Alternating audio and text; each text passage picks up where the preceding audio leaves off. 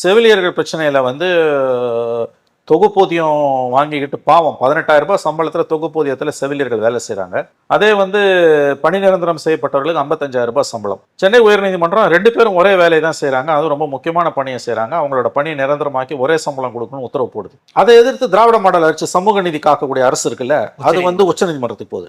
இது எப்பேற்பட்ட சமூக நீதி காக்கும் செயல் என்பதை திருவாளர் பொதுஜனத்தின் மனசாட்சிக்கு நாம் விட்டு விடலாம். அங்கேயும் குட்டு வாங்கியிருக்காங்க, நல்லா குட்டி ஓங்கி குட்டி இருக்கு உச்சநீதிமன்றம்.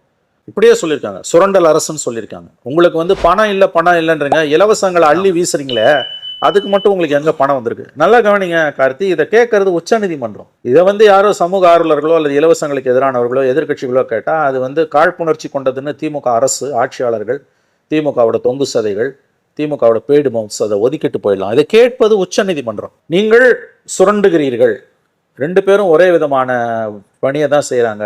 நீங்கள் கன்ஃபார்ம்டு எம்ப்ளாயி, பணி நிரந்தரம் செய்யப்பட்ட ஒரு செவிலியர், ஒரு நர்ஸ், அவங்களுக்கு 55,000 ரூபாய் சம்பளம்னா அதே வேலையை செய்யக்கூடிய ஒரு அன்கன்ஃபார்ம்டு பணி நிரந்தரம் செய்யப்படாத செவிலியர் நர்ஸோட சம்பளம் 18,000.